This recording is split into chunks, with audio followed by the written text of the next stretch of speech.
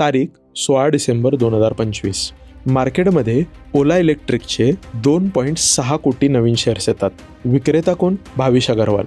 Share price 7% खाली जाते आणि यानंतर कंपनी एक क्लॅरिफिकेशन देते. तर क्लॅरिफिकेशन काय?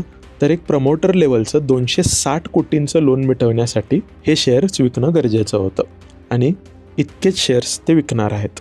यावर मार्केटने भरोसा ठेवला आणि झालं काय? 17 डिसेंबरला पुन्हा शेअर्स विकले. किती? 4.19 कोटी शेअर्स. हे सगळं झालं. मार्केटला वाटलं की बाबा झालं, 2 दिवसाचा ब्लडबाथ पूर्ण झाला, आता यांचं लोन मिटलं असेल.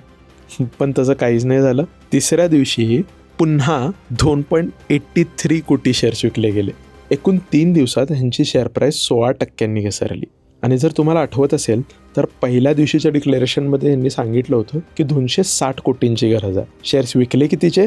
324 कोटींचे. म्हणजे जितक्याची गरज होती त्याच्यापेक्षाही जास्त. आणि वर्षभरात शेअर प्राईस 60 ते 64% कोसळलेले.